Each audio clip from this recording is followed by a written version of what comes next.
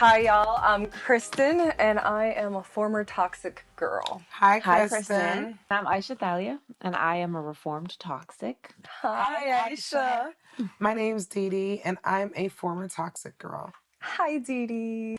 All right, so welcome to Toxics Anonymous. We are a support group for those that do not want to be toxic anymore, but have lived a life of toxicity. So, not singling anyone out, but let's get to it. Let's, I don't know, get warmed up a little bit. So, why are we here? Why are we starting this podcast? Because people are just tuning in for the first time. So. We are not a toxic podcast. We, in fact, are an anti-toxic podcast. We acknowledge the fact that there's room for growth and that, the world and, the Lord's still working on us. So, thank you, Jesus. Saved but not delivered. You know what I'm saying? Just not delivered. Delivered. Right. Delivered. But we're working every day at being better people, walking on that righteous path, and trying to inspire others to do the same. And holding each other accountable while we're at it. Yeah. So I think that the most beautiful thing that's going to come out of this podcast is we're going to help each other really get there, So we're going to discuss not only trending topics, but we're going to also be talking about topics of spiritualities, topics of our wealth, topics of our health, et cetera, et cetera. Relationships. Full service I can't wait podcast. to get into that. And toxic reform is a practice. So you guys can count on us to be here weekly for you and for each other. So. Exactly. So we're going to each just go around and share our little toxic tale. Oh my. To kind of show yeah, we had some demons in our closet. So this is a safe place. No judgment. I would definitely go first because it kind of plays on what we just talked about. Okay. Probably the most toxic thing that I can think of in my past actually has to do with the school we were in. The same said principal that would bring her around to each classroom. She became very friendly with me. I would bring her to dolphin games. I would bring people to the school to help her raise money. I would make sure the kids had tickets to the dolphin games. She relied on me a lot for a lot of the extracurriculars at the school. I had a recycling club, the art club, all kinds of things. My daughter was in the school at the time, and she was being mistreated by one of the teachers.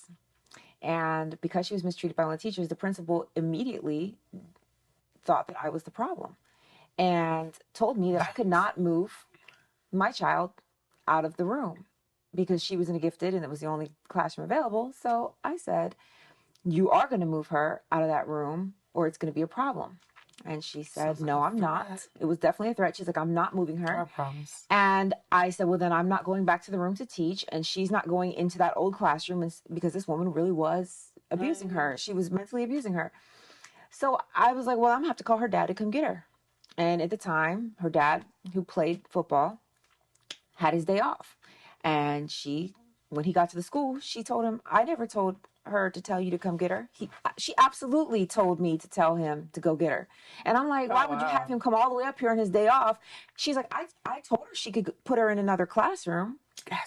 Gaslighting completely. And I was upset because I'm like, you had him come up here on his day off to pick up his daughter. And now you're trying to tell me that you didn't tell me to have him come up here to pick. That was probably one of my first experiences with gaslighting. Anyway, to sum it all up, I wrote her an email that was like, you lied. That's what it said in the subject. You liar. You lied. And, and then she was like, come see me about it. So, I walked in the office. She was about it. That lady was about it. So when I walked in the office, I'm thinking she want to have a conversation. This bee starts taking off her earrings. Like she want to do something about it. So now I start taking off my earrings. So what it is, what's going on? And then she was like, what's up? And it turned into a screaming match. And then I walked out, and I think you remember, I was like, nobody talked to my daughter. But I thought she wanted to fight, and she did want to fight over lying. She lied. And he called me right after, like, she responded in the emails like signed she devil. She wrote me an email that was like signed she devil. The lady had she's problems. Toxic, but she was super toxic. She did gaslight me. But I was ready to throw away my entire master's degree. That's not toxic, though. Over that. It was toxic that I responded on that level. You're not supposed to meet people. You could defend yourself. She lives in light now, I live in light. But it was also, I was in the office Jesus. yelling. You're not supposed to do that in the office yelling. There were other people there that didn't need to hear that. It was toxic how I responded. I could have just took her and left, but, Such as like Whatever. Maybe I'm still toxic or something because I don't see anything wrong with that. She's So what's your toxic tale? I mean, okay, so shoot, which one am I? Huh? Which one? There's one? multiple. I mean, one time I was, or maybe I should tell this one. Okay, because one time I had this girlfriend that she was kind of one of those.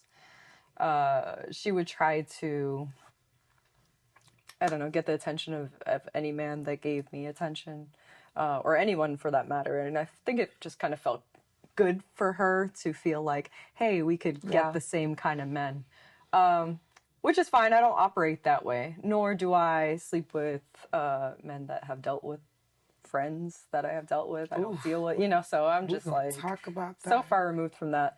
But she, long story short, she tried to get with someone who she knew was trying to get with me, and she got with him first before I could even make up my mind whether I wanted to date him or not. And I pretended like I didn't have that piece of information, and I moved forward, kind of stringing the man along just because I knew that he liked me more, because I had inside information about that. Leverage. So I was like, Yeah, right. She had leverage. I was like, all right, let me play this game a little bit. I don't want anything to do with the guy, obviously, because he did screw my friend. But let's teach them both a lesson. Friend either, because Yeah. That's neither here nor there. So you screwed your snake, but I get it. Right, exactly. So I taught both of them a lesson. I basically made him cut her off of the strength that I said, if I, okay, you're telling me that you never dealt with her, but if I ever find out that you did or you do, that's it for us. Mm-hmm. And he cut her off. And once he cut her off, then I was like, nah, I ain't interested. I'm good. And then, just to kind of like show her like, that's the get you, got that's the power. Gotcha. You showed her. Right. You had the power. So I feel like that was toxic because that was definitely, I was playing a game that I didn't have to be playing. Like, I could have definitely taken the high road, but I'm a Scorpio. What the and there's like a little when they go low, you go me. lower? Yeah. Go to hell. Not what our good sis said. It's not what our good sis said. Look, I mean, why not? But I know I'm not the only toxic person in here because you went toxic light, diet toxic. Dee Dee, make me proud. Dee Dee, make me proud. I mean, I feel like I'm far removed from those days, but toxic till I could tell. It'd probably be with my ex-boyfriend. There was a situation where it was before Ubers, so he was coming off of a flight from LA, and the flight got in like at 1 a.m. So I'm like, hey, what time's your flight get in exactly so I could pick you up? And he's like, oh, don't worry about it. My homegirl Amy's gonna pick me up. Who's Amy? Right. Who didn't know at the time? That was the question I asked him, and homeboy was like, oh, that's my friend. Sir, you have no friends. You're not from here. I'm your friend. But we're only the only friend you need. So he's like, oh no, it's from the restaurant I be going to, So what? Right, exactly. What? It's my homegirl.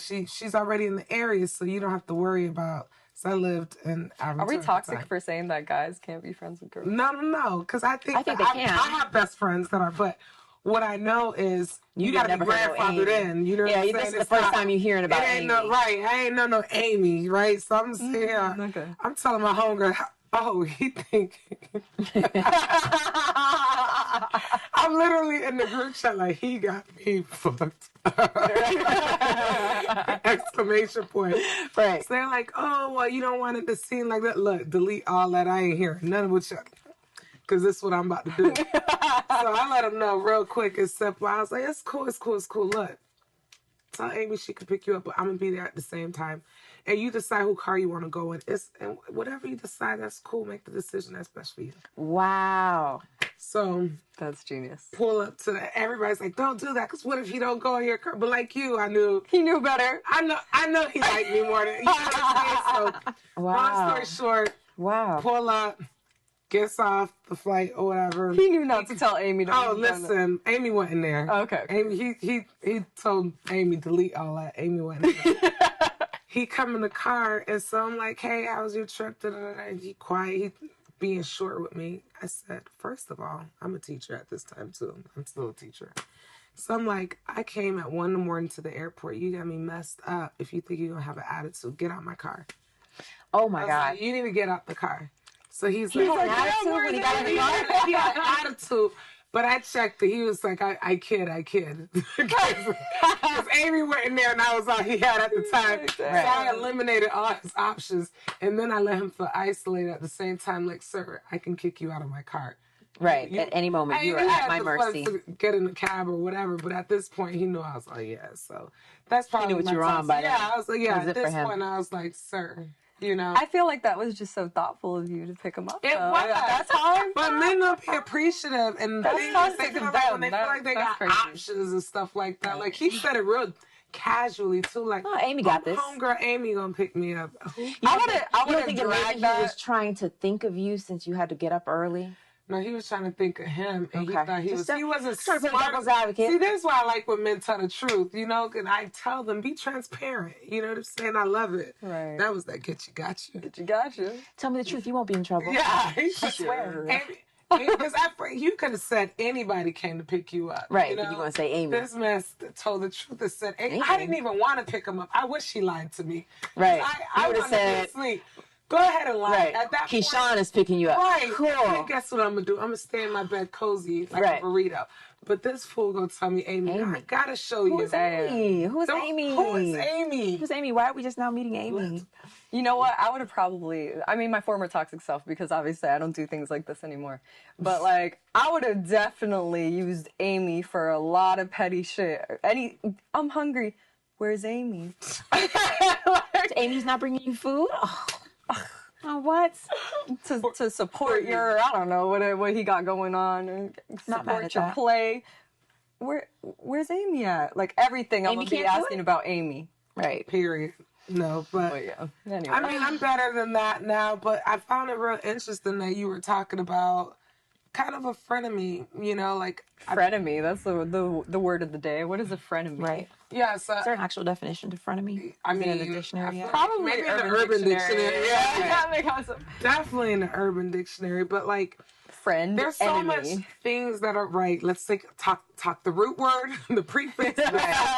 Let's break it down. I think we could all figure it out. It's pretty self-explanatory, but like with all the things that are going on right now, you know, we have the whole Megan Thee Stallion trial. Oof. We got a lot of things to unpack there. Yeah.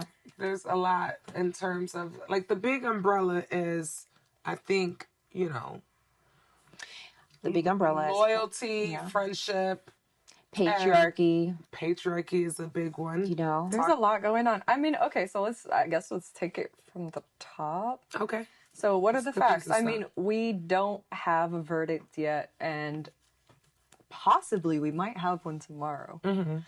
So, I mean, by the time that this episode comes out, or probably we have a verdict by then. So we have to be mindful of that, the fact that, what is it, innocent until proven guilty, because we don't want to be toxic. So there's a lot of people taking sides, really, and I've just been seeing a lot of think pieces already as it is, and I don't even think it's taking sides. I feel like that's an understatement. There's a lot of people who are attacking her character. Right. Who are discrediting the fact that she's a victim. Mm-hmm. And a lot of the things that I'm seeing, and I literally read comments of people saying things like, you know, she's X, Y, and Z. If you ask me, Tory should have aimed a little bit lower. Sick. You know, like, there's so lower than her foot? Higher, I'm sorry. Oh, I was like, yeah. Right, higher.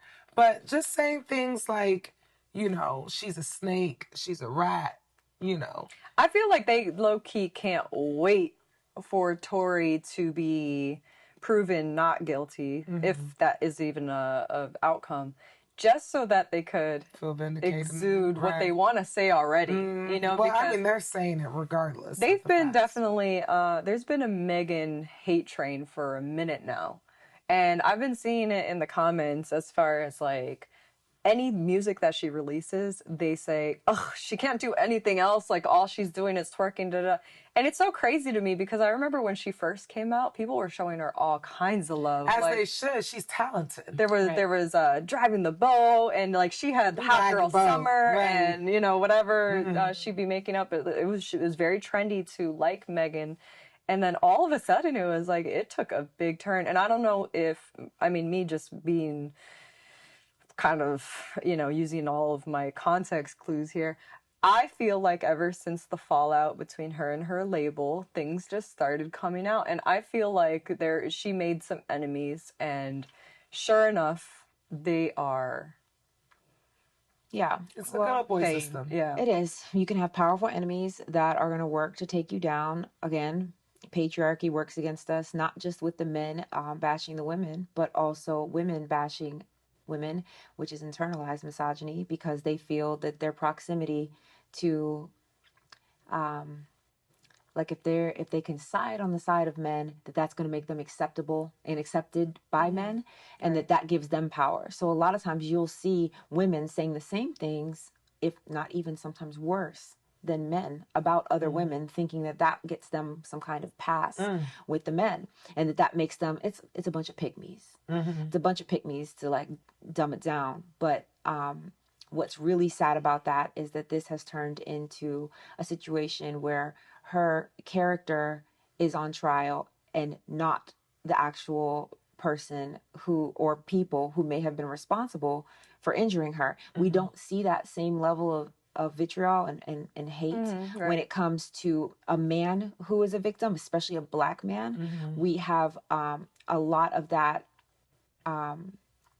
A lot of that comes from, you know, bashing women, hating women, and thinking that women are lying. Whereas a man doesn't have to be a perfect victim. Women, we expect them to be perfect victims. They can't have a sexual history. They can't have any kind of history. But a man could be shot. It didn't matter if he beat up 6 baby mamas. It didn't matter if he had stolen things in the past. It didn't matter what he did. The fact that he was either shot by whoever, especially if it's the cops, automatically I'm not going to go that far, because there definitely has been they want to taint the victim. Well, even the when white it comes to community, men. right, exactly, but not the Black community.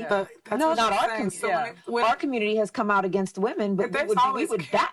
Yeah, but I'm saying, okay, so when a Black male victim is painted in the media, right? And this is common with like the police shootings and that kind of stuff. They come out with, oh, guess what? He was a gang member. Guess what? He was but what she's saying is that women rally behind them and say, so what? Our women will always come out and be like, don't do that. Versus with Meg, women aren't being like, so what? They're like, yeah, it is true. She was doing this. She was doing that. Right. And the thing and a lot of men are doing it too. Right. Sure. Of course, I've seen more women defending her. Don't get me wrong. But I have not seen that same level of respect or the same fairness shown by Black men. It's almost as if men just want to side with other men for fear of being kicked out of that boys club that you're talking about, or be looking like soft, or looking like, do you think that Drake would have ever wrote a lyric about George Floyd's case? No, of course not. 100% For him to write that lyric about Meg Thee Stallion. And what was the lyric? So basically he wrote, she's lying about getting shots, but she's still a stallion. Which is sad. And it was a double entendre. Right, shots is in like butt shots. Right, exactly.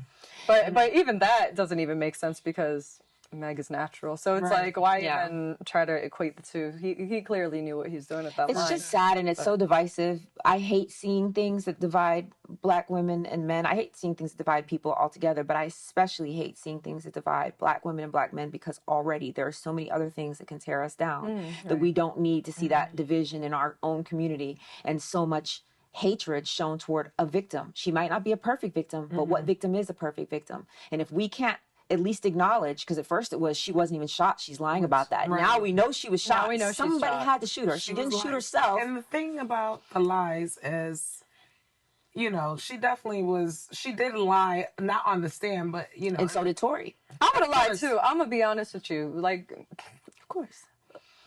Ain't nobody owning up Who to wants to Admit that they slept with somebody who may have potentially Who shot wants them. to admit that they slept with Tory Lanez? Look, let's be real. If you gonna be anything, be for real. Oh, Like, I thought we were talking about something his else. hairline ain't Come even on. like, yeah. So She's it's like Megan Thee Stallion. he's half the size. She knows she could do better. Little fun size guy, Canadian, and you know, it's just it is a little bit embarrassing. Outside of that, I think that she It's said a little bit it was embarrassing for her to think that she could have given her body to somebody that would potentially want to harm her. And I think that's relatable to a lot of us, maybe not in a, you know, if someone shot you, but we don't want to always admit that we had any sort of relationship with somebody who then caused us so much harm. That's embarrassing. It's embarrassing. So how do you feel about the fact that, you know, she had a history, it's alleged that she had a history of sleeping with a lot of, well, not a lot, but 3 to me is a lot. 3 of the guys that she put her best friend down with. I honestly don't care. That's not and necessarily I'll be honest, true, supposedly. I think I don't know, and I don't care. And here's the thing, just like Amber Heard, and there's a lot of cases where we put women in these situations where their character goes on trial. For me, it's like, boom, boom, don't care. Well, the Has reason nothing why to do- a lot of people care is because it determines motive. Like, that's a reason for her best friend to have wanted to shoot her. So it was relevant in the case because now it's like, okay, maybe Tory isn't the one who shot shooter. her. Right. Maybe it was Kelsey who shot her. So that's why those are the history. details. But wasn't that's not what the girl came out and said. Correct me if I'm wrong. Didn't the best friend come out and that night text Meg and say, you know, blah, But blah, that's blah, not blah? what she's saying on the stand. Right, yeah. But what right then after it happened, didn't she say Tory shot you? And then they have conversations afterwards. Weren't they still cool right afterwards? Right afterwards? They immediately... she was asking if she was okay. Right. On camera of when they were getting... But, okay, and so somebody forget all that because... And she remember, admitted that Tory had abused her? We're saying that it's innocent until proven guilty. Right. You might have your own, you know, idea of what you think or whatever. But the fact is that as of right now, we don't know who the shooter was, to the point that Meg herself doesn't necessarily know who shot first, because Megan testified that she said that her back was turned. And from the first 4 shots or whatever that fired, her back was turned. And then by the last shot, she turned around and she saw Tory with the gun. So in Meg's head, obviously, she thinks that Tory was the one that shot her. However, what a witness is testifying, the witness that watched from above, said that the woman had the gun first. And that if that is the case, then there might have been a tussle for... Didn't they say there might have been more than one gun? No? No. Oh, okay. No. It's saying that at first she had it, then they fought for it. Which is why there was... And then now he has it, and apparently... he was shooting willy-nilly or warning shots or whatever. Some people are interpreting it as warning shots. And his defense is that he wasn't the one that shot Meg, that Kelsey was. So it's all, we don't know. We really don't know what the hell is going on. But when we're talking about what you were saying, is now if it was Kelsey, the one that was really guilty of shooting her, should we be mad at Tory? And what do you mean, should we be mad at Tory? We should because, be mad at Tory? I mean, well, from what I was reading about what happened right afterwards, that he had assaulted Kelsey as well. Like, was somehow fighting both of them, dragged her. He has a history of assault. But what if she really did try to shoot Megan and he was defending Megan? Then why would he then bribe them the next day to not do X, Y, and Z, or why? You know what I'm saying? And this is what I'm getting. I promise. I'm just playing devil's advocate. Yeah, no, I'm trying to figure out. Like, what maybe because he's on probation and he doesn't want to get deported. Yeah. Maybe he felt like he started the fight, or like, what do you call me? Instigator. He instigated. What do you call me? He instigated the fight because the reason why Kelsey was mad because he was playing both of them and he was. So then why did her bodyguard say that he had been the one to shoot? I don't think the bodyguard said anything. I thought the bodyguard did say that. The bodyguard never testified. No, not testified, but originally when everybody was interviewed, right? No? I'm not aware of that, but what I am aware of is that when it comes down to a lot of these, relationships. It's easy. Relationships are fragile, basically. And once you violate someone's trust, it's really, really hard. Like we see that in the Gunna situation too, like Frenemies, where people are saying that, oh, he's snitch and he's a rat too, like 'cause a lot of people are saying That situation's a little. I mean, I wouldn't even call that really frenemies. That's like gang. You know what I mean? Like, okay, so we got street code because we're a gang or whatever. Oh yeah, I could say gang because Gunna said they were a gang. So yes, they were a gang. The only reason why they were interacting with each other was because in order to be a part of the label, you have to sign to this gang or whatever Gunna said. So I guess the question is, or the question that I had was, are we really mad that Gunna, quote unquote, said what he said about, they're saying that he snitched. Did he snitch? Did he not snitch?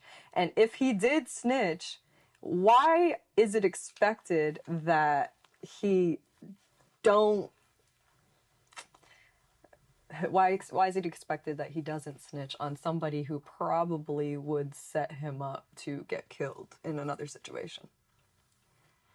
I feel like it goes down to toxic loyalty. Like a lot of times, even in relationships to friendships, romantic relationships, domestic relationships in regard to like mothers and daughters or mother and son or brother and sister, we often have this code to where it's like unconditional loyalty or blind loyalty to where it's like, I don't care what you did. And I'm guilty of it too, because I don't care what y'all do. So like I've literally... That's a spoken code, whereas a gang is not an unwritten code. That's a very, like, when you sign up, you know what you're getting yourself into.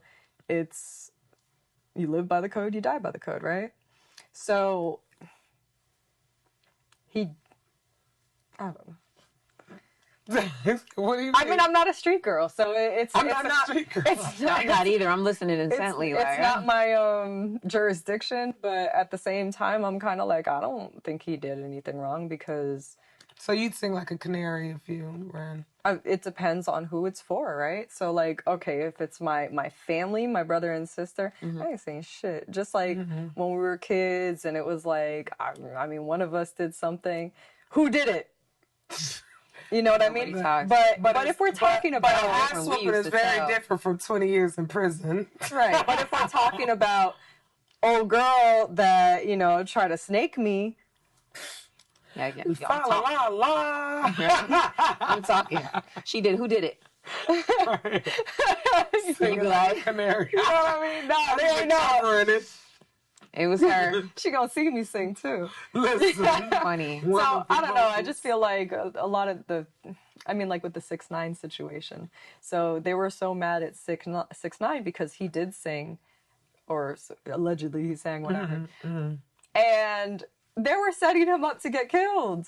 Like literally, they were setting him up to kidnap him and whatever, and they were mad that he was like, "Oh yeah, I admit it. Like yeah, they trying to kidnap me."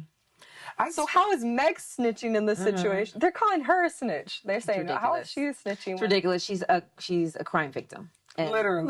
She's a crime victim. Right. So if somebody shot me... But that's why you have to be more to. selective of your friends because, I mean, not saying that she was the best friend either. She definitely wasn't. She was a snake. She was a snake. Let's be real here. Yeah. I'm withholding comment She slept with the guy that she introduced her friend to. Decided, oh, well, you look kind of happy over there. I mean, curious. And that's not the only time allegedly that she did that. That's definitely snakish, and it gives like I'm in a competition with you. So if you were Kelsey, do you think that you would have reacted in a hostile kind of way in which you might toot? Not over Tory, but I ain't busting caps over Tory. I ain't busting caps over no dude. Right, exactly. Completely 100%. Period. In general. But especially not with a Tory. But I just feel like as, evolved individuals, you just have to choose your friends wiser because I know for a fact I could lock any of you guys in a room with the man I don't have, okay? And wouldn't have Well, to of worry course, because it about doesn't exist. Right. if he did exist and he was the last man on earth, I wouldn't have to worry about anything. That's Like, important.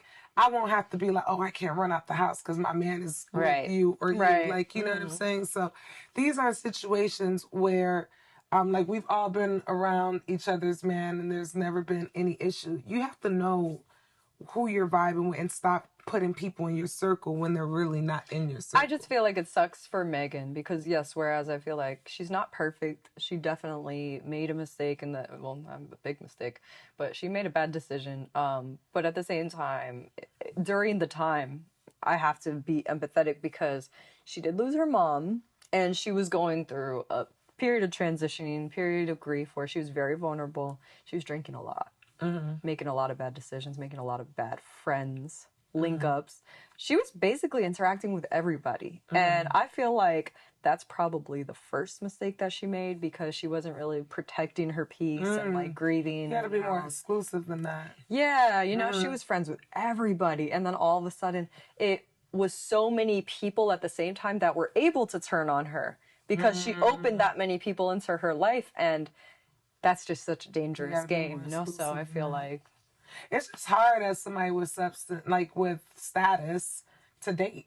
I mean, dating is hard as is. Exactly. You know, like I don't have the fame and notoriety that Meg has in dating. I mean, you marry, so you don't have those type of issues. Girl. Hey, Big Ring, what's up? I'm so glad to be out of the dating pool. They said it got piss in it, y'all. It got fecal matter. It got bacteria. throw up. What's the pH hardest all thing off. about? I know what do you love about marriage, and then we'll tell you like what we love about being single. Who said we single? Right.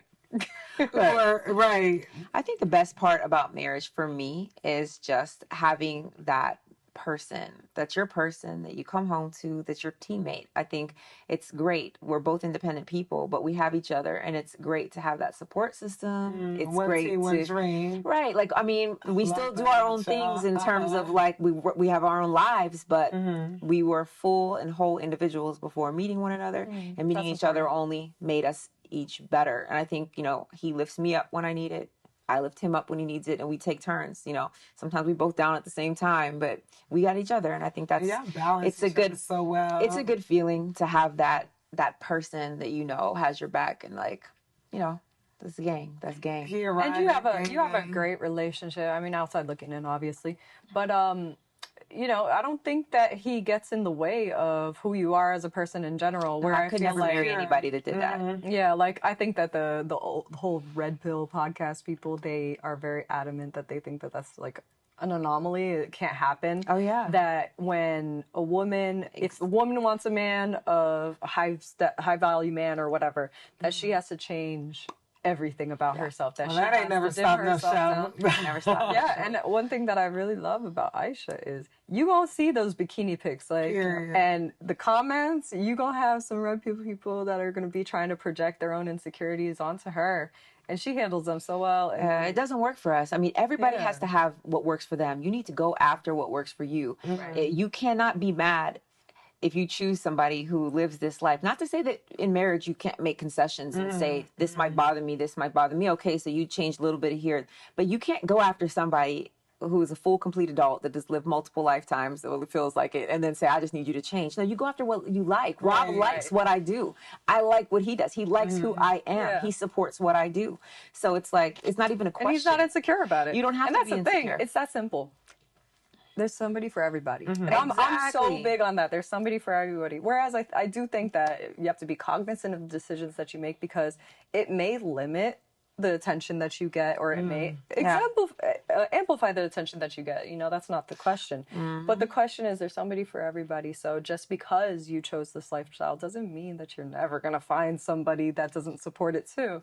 You know, and like there's a word, it's called don't yuck my yum. Like I might not be into, like, let's say a swingers lifestyle, but I have friends that are. That's not for me. It's not for us. It's not for him. Right. But we live a monogamous lifestyle, but I'm not going to, yuck someone else's yum. Maybe that's what they're into. And I've seen people that are together for 20 years and they live that lifestyle perfectly fine. Right. But I can't sit here and be like, oh, I can't believe you would marry somebody like that. No, that's not for me. Live your life and let other people live. They said the greatest definition of feminism is to be okay with a life that wouldn't be okay with you, but it's okay for you to be all right with the choices someone else makes as long as it's not hurting anybody. Right. Why is this bothering me? You got to think to yourself why someone else's life and what they choose to do bothers you so much. Because it's a mirror. You got to look within and say, what about this is triggering me? Disrupts your spirit. If it's disrupting your spirit, you must not be looking within because it's triggering something to help you realize that maybe you still have some healing to do. Absolutely. My life shouldn't bother you that in much. my past life, I was a therapist. I studied marriage and family therapy. And one of the interventions that we would use is called shadow work. I don't know if you've heard about shadow work. Of course. Okay, so for those of you that don't know, shadow work is basically like looking at the mirror as to why is this one thing really bothering me? Like, what is it inside of me that this is showing me? So when you see somebody that they live a certain lifestyle and it just frustrates you, what is that root that is really drawing out that response? Yeah. And a lot of times it's some kind of insecurity, some kind of root. Or like, Well, repress dang, something, I lived very conservatively and I kind of am upset that I can do that I have to do that and she doesn't. You know what I mean? Right, So right. Sometimes it's a jealousy. Sometimes it's you being repressed in your own life and you're feeling upset about that. Yeah. And the thing is, people go through phases and people transition. I know Aisha Curry had that situation where she was once... Oh my God, that's a great but example. she did a whole 180, and she actually was able to acknowledge, I wasn't really secure about my body. I wasn't. And then, she would talk down on other women who would show It's just not my thing. Skin. Right, exactly. And then as soon as she got a body, she's like, whoosh. Here I am. Look at me. And No, I love that. I don't know. I That's what I'm saying. I love I didn't know she's posting in bikinis now. Oh yeah, Yeah, she's showing it off. She's showing it off. And this is She long. cute This is too. good. And she was cute with or without. So the not skin. up on stuff. Yeah, I mean, it's cool.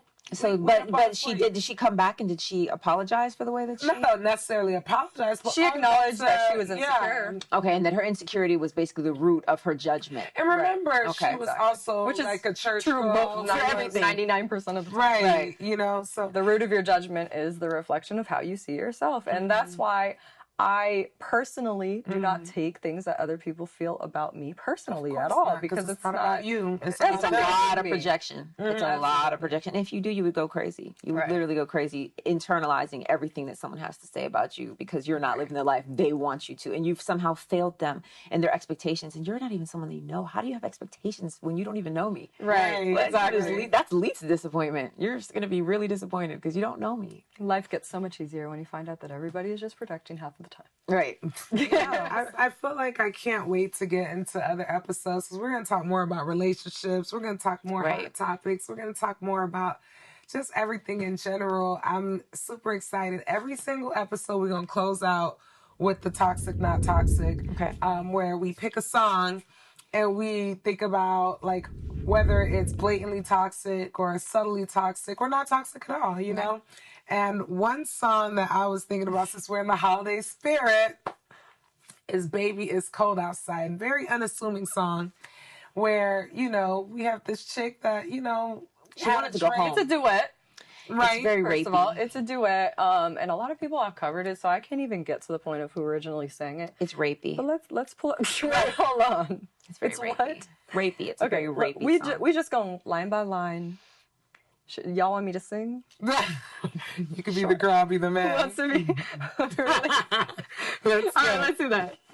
I really can't Baby, say. it's What cold the fuck? Why outside. you touch me? You gotta wait till your turn. That was my turn, Baby. It's No, cold I gotta outside. finish singing "Stay." And then No, Baby, it's cold I actually know the outside. song. You say it over. I promise. Oh you. my crazy. God. Anyway, Girl, this is what I do. really I can't. can't stay. Baby, it's cold outside. She's coming in too early. I'm not. That's how the She's song coming goes. way too early. Anyways, I've got to go. Baby, it's cold outside.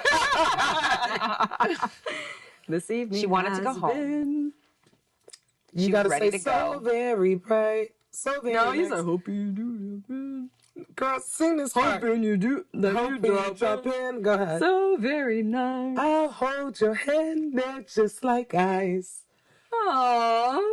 No, Is that toxic? Because, I mean, he's trying to warm her up a little bit. okay? No, that he's part's trying to not keep her toxic. against her will. It's basically kidnapping. That part's not I mean, he's toxic. just telling her that it's cold outside. It's called consent. He didn't have her consent. He At was this trying. point, it's not there's toxic. no No, I'm non-consent talking about the whole because song. they're having a discussion. They're At trying to this decide point, we're whether still or not. safe. He's just saying, I hold your Yeah, hand. it's Just just like like, ice. hey, you know, Now, if go you have to ahead. Now, say- this is where it starts getting Trying to Okay. convince somebody against what they've already said. will start to worry. beautiful. What's the worry? My father will be pacing the floor. Listen to the fireplace roar. So really, I'd better scurry. Beautiful, don't hurry.